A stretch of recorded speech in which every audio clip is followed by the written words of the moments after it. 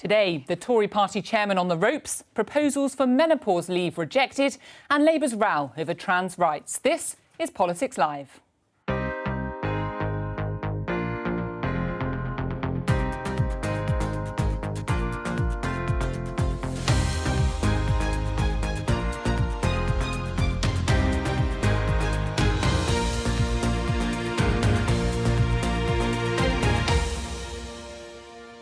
Joining me, Conservative MP Tom Hunt, Labour peer Shami Chakrabarti, Anoosh Chakelian of The New Statesman and Lara Spirit from The Times. You're going to resign, Mrs Howie. You feel under pressure to resign, sir? Can the Cabinet Minister with questions to answer over his tax affairs stay in the job? Nadeem is certainly a very talented politician, but maybe he should temporarily recuse himself until this investigation is over. I think it's reasonable that where there's an investigation, that the person concerned is allowed to continue serving while that investigation continues. Criticism for the government as it rejects proposals for menopause leave. Where is the commitment there to making sure that women's health and my personal interest, menopause, is a priority? It's not. I welcome the government's invoking of Section 35 in this case, as the bill clearly conflicts with the Equality Act and would have repercussions for women across the UK. And this Labour MP says her party has a woman problem. Is she right?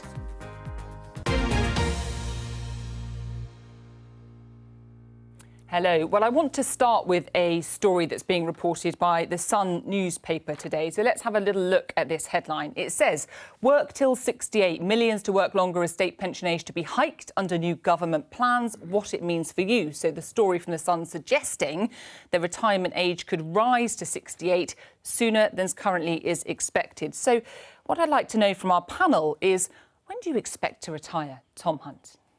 I've got no idea. I suspect probably a very long time from now. And no decision's been made by government. They're under legal obligation to keep it under constant review. So they're looking at it? It is under review. It is something they're unsurprisingly, they're looking at. No decision's been made.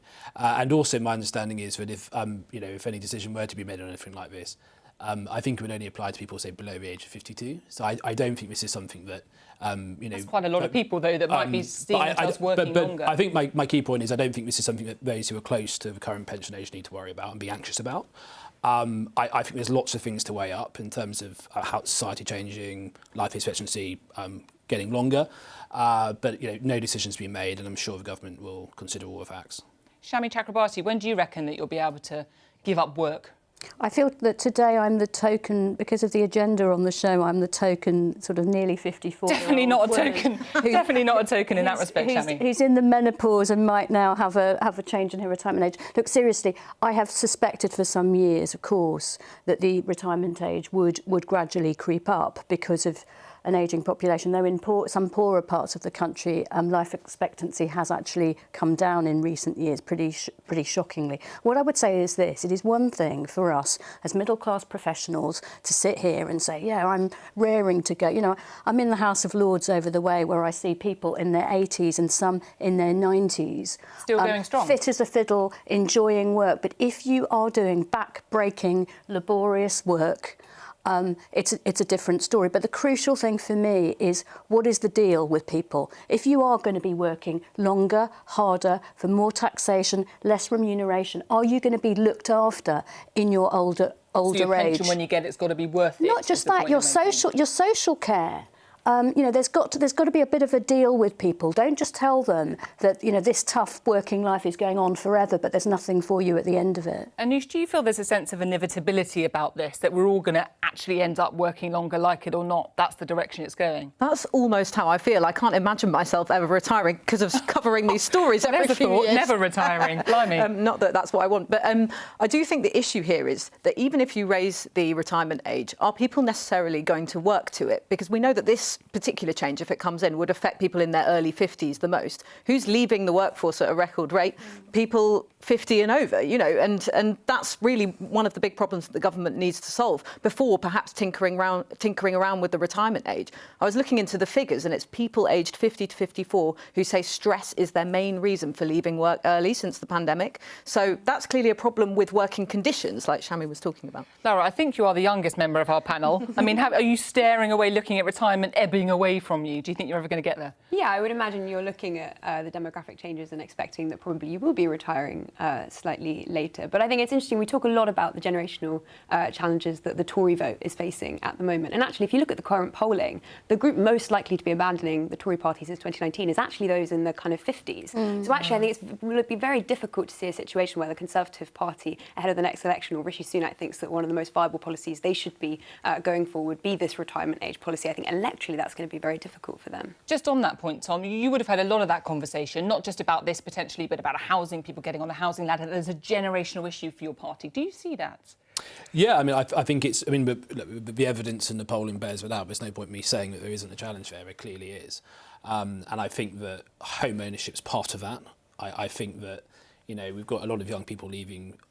Many of the young people who go to university leave university significant amounts of debt, which makes it harder for them to get a mortgage, to get onto a property ladder. And they look at the future and they don't see any realistic pathway for them getting, you know, owning their own assets. And I think, you know, if you've got a diminishing number of people owning their own assets, that is not likely to be a good thing for the Conservative Party, and we need to try and address that. There was something, Anish, that you mentioned that I just want to touch upon, and that's people coming out of the workforce, leaving the workforce over 50. And actually, the Women and Equalities Committee, this is Parliament's Women and Equalities Committee, says one thing that could be pushing women out of work is a lack of support around the menopause. And in fact, there is a story in the news about this today. Let's have a look at a BBC News headline which says a menopause leave trial has been rejected by ministers. So this is the idea of actually giving people some time off to deal with the menopause. Anish, you mentioned this issue. Do you think the government's response on this is the right one? I actually think it's probably the wrong response because of this problem that has emerged since the pandemic of over 50s leaving the workforce early. You know, we've got worker shortages in so many industries now. So I do think it's on the government to create as many conditions as possible to keep people in work. And actually, you know, it is women of menopausal age who are the largest growing group in the workforce. They're staying in work longer than ever before. But actually, they're now leaving because of the way that their menopausal symptoms aren't supported in the workplace. So anything to keep them on that track of staying in work would be helpful for the government. I think this is often dismissed as a women's issue, as if that's not important, but it's also an economic issue. In terms of keeping people in the workforce and getting them going. I mean, Tom, what about that point? Because we know the government's trying to encourage over 50s back into work. Perhaps this is something they should be looking at. Yeah, and it's a significant issue. It's an important issue, and I think it's one what I want to learn more about and the impact of it. And you know, certainly something I'm happy to talk to government about. Shami? So 3 things, as the expert. One, this is a tin-eared response from the government, and they ought to think again. Even amongst Conservative women, like I think Caroline Noakes, who we heard from before, this is a very tin-eared response to a very well-thought-out report, I thought. The second thing, and this relates to your previous point, women of my sort of age, friends of mine, colleagues of mine, are not only having to cope with menopause, they're having to take on significant caring responsibilities for their older relatives, their parents, as well. It's a double whammy. It's a pincer movement. It's really hard. Final point. One of the government's arguments for dismissing these recommendations was they thought there would be unintended consequences and people would discriminate against men. Don't be silly. I've been learning about men's mental health problems, and that doesn't make me insensitive to women's problems and vice versa. We can all be more sensitive in the workplace. So I really urge the government to think again. Tom, you were nodding along to a lot of what Shami was saying there. Do you agree? Well, I think there's some nuances to this debate and some complexity to it, and I think that, you know, the government need to take on on board as many of these as possible. But no, the comment about men's mental health is also very well made. I think that there is a problem in men not feeling able to talk about their mental well-being. I've spotted it in my constituency. There have been some attempts to try and address that, often by women who've actually set up clubs in my constituency to try and address specifically men's talk clubs, but there's still quite a long way to go, and I think it's men of a particular age and particular generation, and I think it's a real challenge. But I mean, I think we've got to be aware of these complexities, and some of these differences. I'll look into it more, and I'll talk to the government. There we are. Lara, this certainly seems to be something we are talking about more, but do you think the policy making around this is keeping up, particularly around the menopause?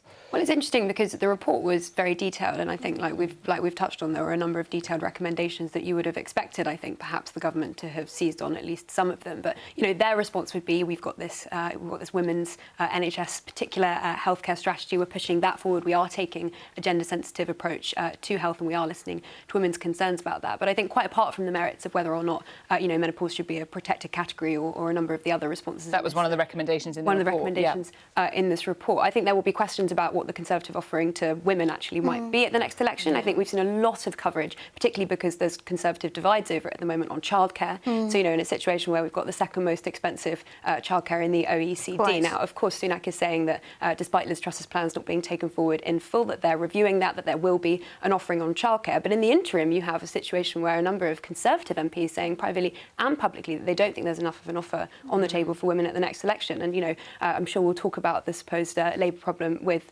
women, but actually, more women vote Labour. So it's kind of, than men do. So. Tom, do you agree with that some of your colleagues are having those conversations? There needs to be an improved offer? Yeah, absolutely. Yeah, no, those conversations are taking place. I think childcare, another issue of great importance, and we're going to have an offering on that. And I think, I agree with that. I'm not going to disagree with any of those points. There we are, an outbreak of consensus very early in the programme. Let's see if it continues throughout. But I want to talk now about Nadhim Zahawi, who is, of course, the Conservative Party chairman. There's been a lot of active discussion about Mr Zahawi's tax affairs in recent days. Have a little listen to the Prime Minister when he was asked about this a week or so ago in Prime Minister's Questions in the House of Commons. This is what he said a week ago. Mr Speaker, my honourable friend has already addressed this matter in full, and that's nothing more that I can add. Then yesterday, Rishi Sunak said this. Integrity and accountability is really important to me, and clearly in this case there are questions that need answering, and that's why I've asked our independent advisor to get to the bottom of everything, to investigate the matter fully and establish all the facts and provide advice to me on Nadhim Zahawi's compliance with the ministerial code. So, a change of tack from the Prime Minister, who initially said he thought the matter had been addressed in full. Then there are questions to answer. We do know now that there is going to be an investigation. You heard Rishi Sunak talking about it there, into what exactly has happened with Nadhim Zahawi. But Tom Hunt, do you think he can stay in his job while that investigation is carried out? I honestly don't know the answer to that. I think it's a decision for the government to make. I think it's right that it's being investigated. I think clearly over the last few days some fragments of new information has come to light, which I think has justified this investigation. We've had a lot of people calling for a independent advisor to be appointed for a long time. This is the Prime Minister's advisor on ministerial standards. And we now have one, and they're getting to work and they're establishing all the facts, because none of us at the moment are aware of all the facts. Hopefully we will be after this investigation. But I think fragments of new facts have come out over the last few days, and I think there's enough questions there to absolutely justify an investigation, which is what's happening. So you're right to say it is the government's decision as to whether the Conservative Party chairman keeps his job. But, for example, Caroline Noakes, your Conservative colleague, has said he should go while this is being looked at. So on principle, do you think he should stay or go while the investigation's carrying on? You see, the unknown about this investigation is how long it's going to take. If the investigation takes a short period of time, then OK, it's probably manageable. But I think if it drags on for a long period of time, I think it presents challenges. So it might be better if he stood aside. Not least because the Conservative Party chairman is required to have a very prominent... Often known as the Minister for the Today programme, I think, because they have to be front-facing, and the idea is that he would be questioned about this. So perhaps he should step aside. I think the key thing is that we get all of the facts, because I was in a urgent question that took place yesterday. There's a lot of heated views about it, but it's quite clear that no one was anywhere near to having all the facts. We've got to get all the facts. There are questions to answer, there's enough questions to answer to justify this investigation, and I think the Prime Minister's done the right thing in triggering it. Lara, how worried do you think that Conservative MPs are about this, and about this, as Tom mentioned, potentially going on for some time? I think Conservative MPs would probably be less worried, or ones I've spoken to would be less worried if they felt that this was an isolated incident. But of course, this isn't the only formal probe that Rishi Sunak is facing at the moment. And for a leader that's come in on the basis of the standards clear up, saying professionalism, integrity and accountability are fundamental to what he wants his premiership in Downing Street to say, the fact that not only Nadeem Zahawi but also Dominic Raab, his deputy, is facing a formal probe related to standards, I think makes it quite difficult for some MPs who are feeling a little bit frustrated when they talk to you about the fact that actually this was supposed to mark a real gear change for the Conservative Party. This was supposed to lead to headlines and different news stories that weren't solely focused on standards in number 10 and around the cabinet table, but actually it's proving doggedly hard for Rishi Sunak to avoid that now. Tom, on that point? I think that the Prime Minister, came into office at a time where we'd had months of not great things, frankly, when it comes to standards and ethics and everything else. And he is determined to mark a change. And I think the key thing now is how he responds to situations as they arise. With this situation, I think he's done the right thing in triggering an investigation. I mean, some of these things we've seen in the media over the last few days to do with standards, they've been related to previous administrations. In fact, actually, I think that... But it's all the same party, isn't it? I mean, let's be frank. But we're talking about, the current Prime Minister and the comment he made outside number 10, where he spoke to the public and said he wants his administration to be marked by those values. And that's what we're discussing right now. And I think that, looking at his record, I think he's responded in the right way. I don't think, sacking someone on the back of media reports and fragments of facts is the right thing to do. And the right thing to do is to use that independent advisor that the opposition have been calling as appointed for quite a long time and get all the facts and complete the full investigation, and we'll do that. And hopefully it's soon. Shami, that is right, isn't it? The Labour have been calling for this person to be put in place. So is it right, as Tom says, there should be a process, should be allowed to get on and have a look at it? Well, there should always be a process and there should always be fair investigations, but they can also be used to kick things into the long grass. I take no pleasure in this story because it's not just bad for the Conservative Party, it's actually bad for trust in government, trust in institutions and public life in this country.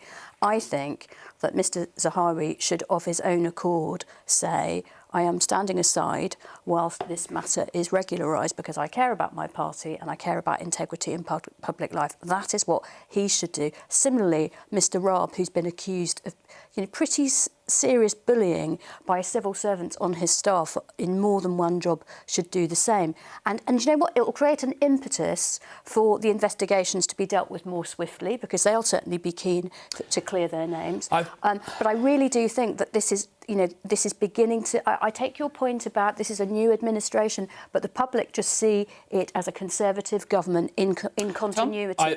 I think it becomes a slightly dangerous precedent if we have a situation where if a complaint or 2 or 3 complaints are made about a particular cabinet minister, before we even know the validity of those complaints, there's a precedent that they have to stand down whilst that investigation takes place. I totally agree. Because I think if that happened for one, it would set a precedent. I totally agree, but this is more than just a bit of knockabout being chucked across the House of Commons chamber. We've got journalists who've been threatened with lawyers. We've got doubling down over the tax arrangements. We're talking about millions and millions of pounds that were carelessly overlooked. This is on his own case. I think there's a point where we can probably reach some agreement here, which is that my desire is for this investigation to be completed as quickly as possible. I absolutely don't want it to be kicked into the long grass. I think it's a distraction from the things that most of my voters want to talk about and are concerned about. Cost of living, the NHS, some issues, immigration, for example. And those 5 priorities the Prime Minister outlined not long ago. Those are the things I want him to be dedicated to solving, and the things that I think as MPs we want to be dedicated to playing a role in solving as well. Anoush. But it's not just, I don't think this is just an issue with the last administration, because Sunak himself has questions to answer. Why did he give Zahawi this job? There have been questions about his tax affairs since 2017. Rishi Sunak's supposed to be the numbers man who pores over spreadsheets for fun. Why didn't he have the details on this? Why is he only calling this Let Tom answer that. My understanding is that before the Prime Minister offered Nadeem Zahawi the position of party chairman, he did ask for Cabinet Officer's advice. And my understanding is that Cabinet Office said there was no reason not to appoint Nadeem Zahawi. So, I think that's evidence that the Prime Minister followed the correct procedure. But is there a question here about judgment? Because it isn't just this question of Nadeem Zahawi. We also had the questions around the reappointment of Suella Braverman, the Home Secretary, after she had had to resign from her role. You know, how much can he distance himself from previous administrations if this stuff carries on? No, I think it's quite clear, you know, and I was in the House of Commons chamber on a few occasions where the Home Secretary was subject to questions from the opposition, that there is a significant number of people who would like the Home Secretary gone because they don't agree with her politics. And I think a lot of that heat on the Home Secretary was driven by opposition to her views on immigration. And you hear here Tom saying some of these things have been inherited from a previous administration. We know that that is true of Rishi Sunak. But do you think there is a way for him to draw a line and move on without shedding senior cabinet ministers? I don't think so. I think it would help him if he got rid of people when they're under investigation for things like this, not least because, you know, if you put the whole ethics debate aside, Nadeem Zahawi is supposed to be the person who goes on to those programmes like the Today programme to, you know, make the government's case. He's got a party chairman role and minister without portfolio. He can't do that without being asked about this now. And his ministerial colleagues can't go on anything without being peppered with questions about it. So it's just a problem for the government's reputation. It's like a running sore. So I do think the only way around it is to get rid of people swiftly. And I know that may sound unfair if an investigation is underway and could be concluded swiftly as well. I do agree with you that it should be fast. Lara? Yeah, I agree. I think it's very difficult to see how this is an issue that goes away. And I think, I mean, the shift in moving towards this investigation means that people can come on the airwaves and when they're asked about this from the government say, I'm not going to comment on this because I'm waiting for the outcome of the investigation. That doesn't mean for Rishi Sunak and Number 10, though, that issue isn't going to be raised at all. And it doesn't mean that it's not an ongoing issue without any political cost for them either. OK, I just want to have another look at a story that's in actually the front page of the Daily Mail today. Take a look at this. What the hell is the West waiting for? Now, this is an article that's written by none other than Boris Johnson, who's writing in the Daily Mail, urging Western leaders to be more decisive about their intervention on Ukraine. I mean, talking about things not going away, Boris Johnson's not going away, is he, Tom Hunt? Some of your colleagues even want him to come back. Do you think that that's a viable proposition? Is that something you would welcome? I think the fact here is that Boris Johnson continues to be a member of Parliament. And he's also a former Prime Minister. But not every member of the Parliament gets front pages and trips to Ukraine, do they? He's a former Prime Minister and he's a current Member of Parliament who feels very strongly about the situation in the Ukraine. And he's expressing his views about what he thinks should happen with regards to the West supporting Ukraine. And actually, as it happens, his views I agree with. I think he's legitimately entitled. And I think every time the Prime Minister makes the former Prime Minister makes an intervention on something like the Ukraine, it's some kind of indicative of some kind of manoeuvring. But there are colleagues of yours who do want to say and have said publicly they'd like to see Boris Johnson make a comeback. So this isn't just a sort of indication of him on manoeuvres per se. There are people in the party that would like to see it. Is that something you would I have to say, I've seen some of the media coverage in the weekend papers about, you know, plots and everything else. All I can say is I haven't got any sense of any plots in the parliamentary party right now with regards to the former Prime Minister. Maybe that means that I'm just not observant enough, but I think maybe I'm just, you know, maybe I need to be a bit more on the ball. But generally, I'm actually in the tea room quite a lot. I tend to. And you're not hearing it, is what you're saying. I talk quite a lot to my colleagues. Look, when Liz Truss resigned, there was clearly a lot of colleagues went public saying they'd like Boris to come back. There's 350 odd Conservative members of Parliament. You know, we're going to have different views. But generally, my experience is a parliamentary party right now is very united behind the current Prime Minister. And that's truthful from me. That is my experience. Well, look, he is a very charming advocate for his party, and he's doing very well in all sorts of difficult terrain today. But it's not just the parliamentary party, is it? It's also the Tory party membership. And whenever I see polls of them, it seems that Boris Johnson is still an incredibly popular figure with that membership. All I would say is that it's not a conspiracy, it's not a plot if it's in plain view. Boris Johnson was once a huge admirer of Winston Churchill, but he actually became a pupil of Donald Trump. And I think both of these gentlemen have significant egos and ambitions, and I don't believe that Boris Johnson is finished with Number 10 yet. Lara, what are you hearing on this? Because you're in touch with a lot of Conservative Party members, grassroots and otherwise. Well, it's interesting when you speak to friends of Boris Johnson MPs who remained loyal to him even in the kind of darkest final days of his premiership. There are a number of them who would love to see him in number 10, except that right now would not be the right circumstances for him to try and do that, and also understand that the electoral circumstances mean that actually probably the best bet for the Conservative Party right now would be to get behind Rishi Sunak. However, I think there's a distinction that you should make between, Boris Johnson doesn't need to make a comeback in order to be damaging for Rishi Sunak or to undermine him. And, his friends have been quite open about the fact that he feels that on Ukraine, on levelling up, and on Brexit, he is very prepared to prove a kind of obstinate obstructionist force for Rishi Sunak's government if he doesn't feel that the government is taking the right position on these things. And so I think Ukraine is a good example of an intervention that he feels that he's well placed to make, and that it might be slightly difficult for Rishi Sunak. But I also think, coming up the tracks, the agreement on the protocol, if we see that could prove very Northern difficult. Ireland Protocol, that's a bit of a trade deal with between. That could be an intervention from Boris Johnson that you'd see that could prove very, very divisive and damaging for the parliamentary party if it doesn't go the way that Boris Johnson, might like it to. I think you could expect him to speak up on that, but also on other things around EU drive legislation, the plans to scrap getting rid of all of those before the end of the year. That's another issue that I think you could be prepared to hear Boris speak out about on that too. So I think there's a distinction between Boris saying I want to be Prime Minister again and saying I don't necessarily think I'm going to be Prime Minister in the next year or before the next general election, but that doesn't mean I'm going to provide a helping hand always to Rishi Sunak when it suits him. I just want to show you another headline about Boris Johnson, which is in the papers today. This again from the Daily Mail. It says, Boris, it's nonsense to suggest that the BBC chairman knows about my finances. Just a bit of a reminder about the background to this, for those who perhaps haven't been following as closely as some of us.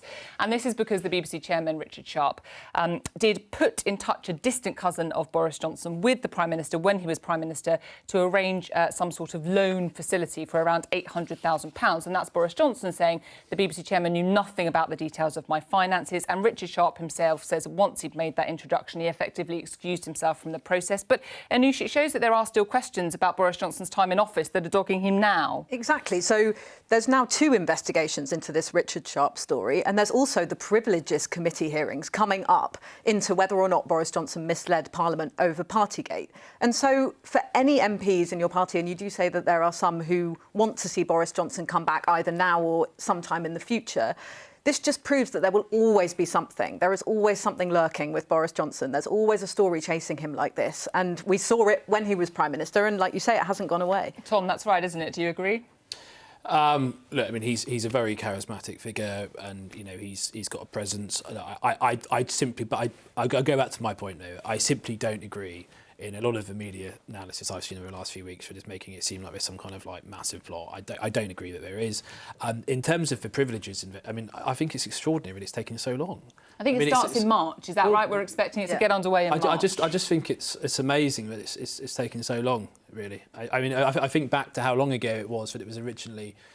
Parliament had that vote on it, and it was ages ago, and I can't believe they're still. I do think you've got a point about these various inquiries and things taking too long, and it's either long grass or, for the innocent, it's hanging over them. Yep. But this isn't just about corruption or smelly loans. It's about a cost of living crisis where nurses are going to food banks, and we're seeing stories every day about ministers and former ministers who are multi-millionaires. I do think Briefly, Tom. There's a point on the Privileges investigation. I think there is a significant difference between deliberately misleading Parliament and inadvertently. And I think that I'm not sure whether the current investigation. I'm sure that's something that we will come back to when that Privileges investigation gets underway and, of course, does report whenever that might be. But I want to move on because it isn't just the Conservative Party that, of course, has division in its ranks. The Labour Party does too. Last week, the Labour MP Rosie Duffield stood up in support of the government's intervention in blocking the Scottish Gender Reform Bill. This was a bill that was passed by the Scottish Parliament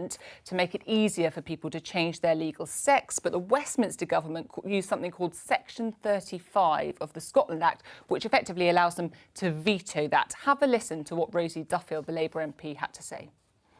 I welcome the government's invoking of Section 35 in this case, as the bill clearly conflicts with the Equality Act and would have repercussions for women across the UK. Does the Secretary of State recognise the strength of feeling amongst women, women's rights groups and activists in Scotland that this bill seeks to allow anyone at all to legally self-identify as either sex and therefore enter all spaces, including those necessarily segregated by sex, such as domestic violence settings, changing rooms and prisons? And given the previous UQ, does he not understand how vitally important this is at the moment?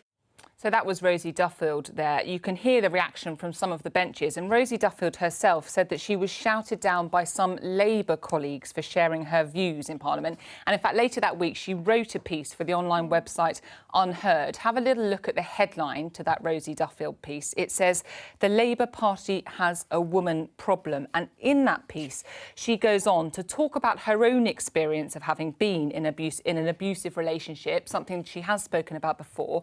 And then she says one of the traits of being in an abusive relationship is stonewalling. The abuser will go quiet for days on end. She goes on to say, "What I feel now, after 6 years of being cold-shouldered by the Labour Party, conjures memories of how I felt in that abusive relationship." So that's a quote from that Rosie Duffield article. Shami, do you agree that Labour's got a woman problem?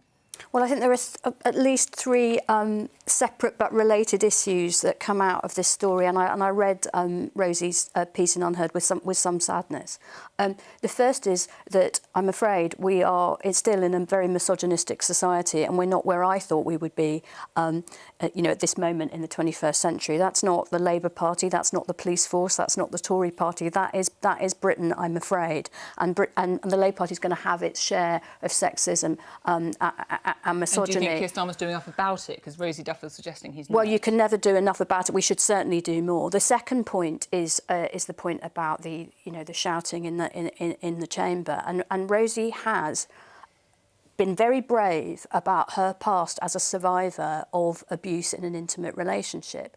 And, there are people who come into politics with trauma, and there are all sorts of triggers, and colleagues should be kinder to each other. They should be kinder to each other across the chamber, and they should certainly be kinder to each other even within parties. That said, on the issue of trans people's rights, I think Rosie and I disagree. But we ought to be able to disagree well. And I think that on the substantive issue, we can make sure that people are safe in prisons. I shouldn't be in a cell with a white supremacist, but that doesn't mean we have racially segregated prisons. There are people of goodwill can deal with these issues, but the shouting in the chamber and on social media is not helping anyone, let alone the 0.5% of the population who are very vulnerable trans people. So firstly, I'd say I'm always very careful when I comment on these issues because it's a very sensitive topic. I happen to agree with the government's position on this, but I don't. I think we all need to be very careful when we engage in this debate. But I mean, it's important. There's a Rosie Duffield situation, but there's also Miriam Cates, who's a colleague of mine, who said that she had a bad experience in the chamber and you as well. had a serious situation where you had a Labour MP, Lloyd Russell Moore, I think it was. It was Lloyd Russell Moore, that's right. And he came across pretty much to our side, and he sat down, aggressively staring, really close by to my female colleague. I thought who felt it incredibly uncomfortable. He's since put out a statement defending it, but ultimately people can watch that encounter and they can come to their own conclusion. I just want to let people at home know that Miriam Cates is on the programme tomorrow, so it may be something that she talks about herself. But in terms of the Rosie Duffield situation, we've had this whole situation with Starmer's directive of communications, where he seems to have said where he's made a series of comments that have been proven to be factually untrue in relation to Rosie Duffield, saying that he hadn't spoken badly about her, and the evidence now would suggest that he did. And I think that but there's some serious points here. I just want to get Shami's response to that, because this is the allegation there's been briefing from within the Labour Party against Rosie Duffield. Well, if there has been briefing against a Labour MP, whatever their views on whatever issue, that is not to be encouraged. I condemn that. If that is the case, it is wrong. It does tend to happen sometimes in politics, and I'm really against off-the-record briefings, whichever party they come from. On Lloyd Russell Moore, I got in touch with him before I came on this show because I read Rosie's piece, and what he said to me was that he was mortified, and he's apologised to Miriam Cates. He felt that tempers were getting high in the chamber, and he certainly doesn't want to exacerbate anyone's trauma. Now, that's what he said to me. Yeah, what he actually said, he made a point of order about this in Parliament, and what he actually said was, "I recognise I failed to control that passion during what was an emotional debate. I should have expressed my deep disagreement on what I believe is an abhorrent view in a more appropriate way." And it's also worth just saying, so people at home know, we did offer the Labour Party the chance for somebody to come on and discuss this, the allegations of briefing against Rosie Duffield, but they chose not to. But I I find this point about him feeling passionate about it a little bit. I mean, there's been all sorts of things that I felt passionate about in the House of Commons chamber, and you're obviously the nicest man in the House of Commons. But well, I'm in a good mood today. It's very shouty.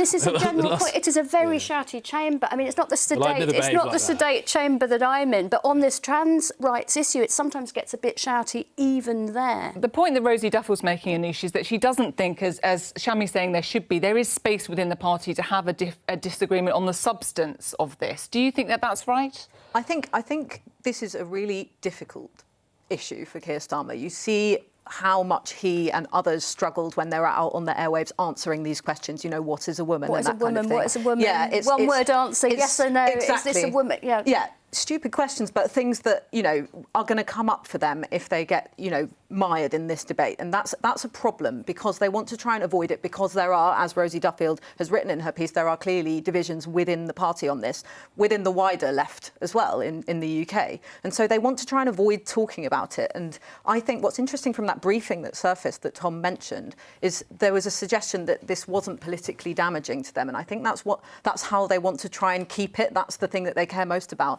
In terms of how it's seen publicly, in terms of how the debate is seen publicly in the party. But I do agree, it's the culture within the House of Commons. In people's families up and down the country, people are rubbing along together. Different generations are learning from each other about the experience of feeling that you weren't born in the sex that you were meant to be. And if people can be sensitive in their families, we can do a better job in our national politics. Lara?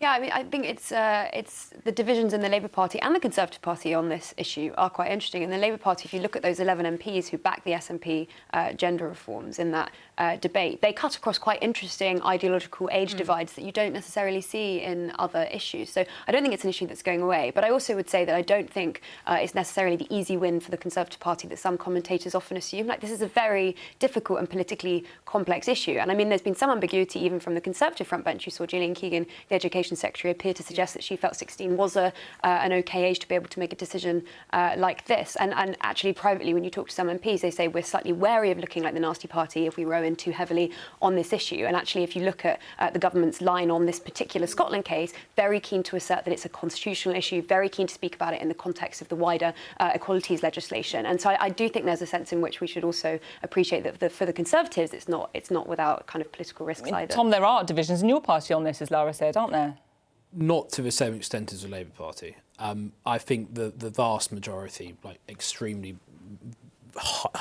90% of the colleagues, I believe, were supportive of the government's move on this. Well, the move is about devolution. The move is not about trans rights. I think that's very. I think you need to be careful about. Well, I think we need to be clear here that there is a position that the SNP have adopted that we believe has implications for the Equality Act, and we believe it could put some women at risk. And I think it's clearly, this whole topic of whether we think 16 is old enough. 16 I think it's very important not to weaponise these issues about 0.5% of the population. I think having a legitimate debate about something and how vulnerable people could be impacted by legislation isn't weaponising. Well, as a woman, I think it's a legitimate debate. I'm grateful for your sensitivity towards my vulnerability. So am I not allowed to have a conversation? Of course you are, but I think we should also think about 0.5% of the population who are not involved in constitutional rows about Scotland and Westminster and are just caring about living a happy, healthy life. OK. I'm sure it's something we will come back to, but I want to talk about something else now, which is one of the many pretty hefty bits of legislation that's currently grinding its way through Parliament. The Public Order Bill is back in the House of Lords next week. Have a look at this headline in The Guardian, which is from earlier this month. Rishi Sunak plans to crack down on go-slow protest used by Just Stop Oil. It's one of the measures that's being proposed as part of this bill to, as that says there, to stop or limit the protests that we've seen. I think we've got some images of one of those go-slow protests that we can show you now. This was a Just Stop Oil protest in London. You can see there people are effectively walking slowly through the streets to slow the traffic down. I mean, Tom, when you look at that, what's so bad about that? Why does the Prime Minister need to crack down on that? What's so bad about that? the frequency of some of those protests, the way, for example, some of the major road networks been impacted by those types of protests. I mean, I've had a large number of constituents contact me who actually have been caught up and very much disrupted by some of that behaviour. So what is so bad about that? What's so bad about that is it will severely impact the day-to-day lives of millions of people up and down the country. Shami? Well, the police have a lot of power already, including to put restrictions on processions and assemblies. I don't actually think there's pretty much anything in this new bill, as it was before last Sunday, that was necessary. What was interesting the Sunday before last was a press release went out from Number 10, not the Home Office, in the middle of the afternoon. And by the way, this is the day before PC Carrick was going to be convicted of his 49 offences. And there was no amendment attached to it. And it just said, Prime Minister Rishi Sunak backs the police's crackdown on protest. And journalists were calling me up. There was no amendment in there. And now there's going to be a new definition of serious disruption that the government backs, which is more than minor hindrance. I think so. So I was on the Bill Committee for the Public Order Act, and the police, Metropolitan Police, I think specifically, have asked for this clarification. They asked the Prime Minister for this clarification. The police have said this would be helpful. But ultimately, we've got to balance a right to protest with trying to minimise some of this serious disruption which has been caused. And then we just need to have a definition of serious disruption, which is serious. Mark Rowley, the Met Commissioner, has clarified that they asked for a clarification rather than new powers to crack down on protests. So they wanted legal clarity on the existing rules because they find it hard to balance those rights. It's very difficult for police officers. Just one final point with 3 journalists in the room. Please let us remember Charlotte Lynch, who last autumn was arrested with her LBC insignia and her press card and detained in a police cell for 5 hours for conspiracy to cause a public nuisance. That was under the existing law. And I have tabled an amendment to this bill, which I hope that you and your colleagues will support, to give special protection to those observing protests, Tom, not even involved in the protests themselves. I'll be very clear. I mean, I was part of voting on the public order bill and the police and crime before that, which was all connected to this. But yet we're continuing to see the images of huge disruption being caused, and it is very much a small minority who think they've got an unlimited right to cause mass disruption to the majority of the population. But what about journalists getting I do arrested? not agree with that. And we should legislate accordingly to ensure it doesn't happen. And what about abuses of police power? What about Charlotte Lynch? I just want to bring in Lara. I mean, the government clearly thinks that this is a popular move, otherwise they wouldn't be doing it, would they? But it isn't just about this, is it? We've also seen the minimum service level legislation when it comes to strikes. I mean, does it feel like this is something they are very deliberately taking action on? It's interesting, the minimum service level comparison, because there's definitely that narrative of rights of some people have to be balanced with other people, and in the cases of protests, you should have the right to protest, but you shouldn't have the right to protest if you're influencing other people's ability to be able to go about their day-to-day lives, and that's very similar rhetoric. Or if you're noisy. Or if you're... Well, and the more detail that we seem to see around this definition of serious disruption, the more amorphous it actually to some people does seem to become. So I think it will be a very difficult issue for them. One of the other interesting things about it, I think, is that if you look at the groups that this is designed to target, Extinction Rebellion, Just Stop Oil, Extinction Rebellion, I think, sensing that the public aren't on board with their public disruption so much anymore, have actually come out and said, we're actually, irrespective of this legislation, going to target the kind of what they say is the perpetrators of... Well, I think that they may... I think Just Stop Oil are planning to continue their approach. The problem is... It's very clear to me. When I see activists gluing themselves to the M25, etc., at various times, I haven't understood why why the police haven't been straight in there. Well, there are existing powers, but the point is, and they should use those powers. They should, but instead, politicians give them more and more blank cheque, broader powers to be used and abused by accident and design.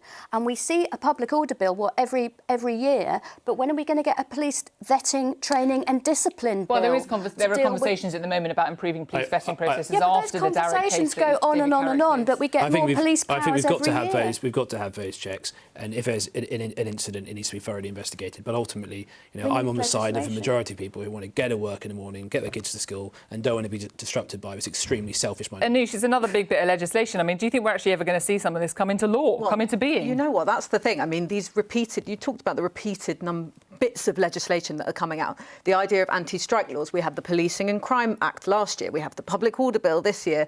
We have the Borders Bill. It doesn't seem to ever stop what the government wants to stop happening in society, and that makes them look weak. You can't legislate yourself out of a broken Britain, can you? Well, there we are. It remains to be seen whether or not some of this legislation comes into law. We'll keep an eye on all of it as it makes its way through Parliament, and we'll come back to it, no doubt. But that's all from us for today. Thank you so much from our panel. Jo Coburn will be back tomorrow when she'll be Prime Minister's Questions here on Politics Live. See you later.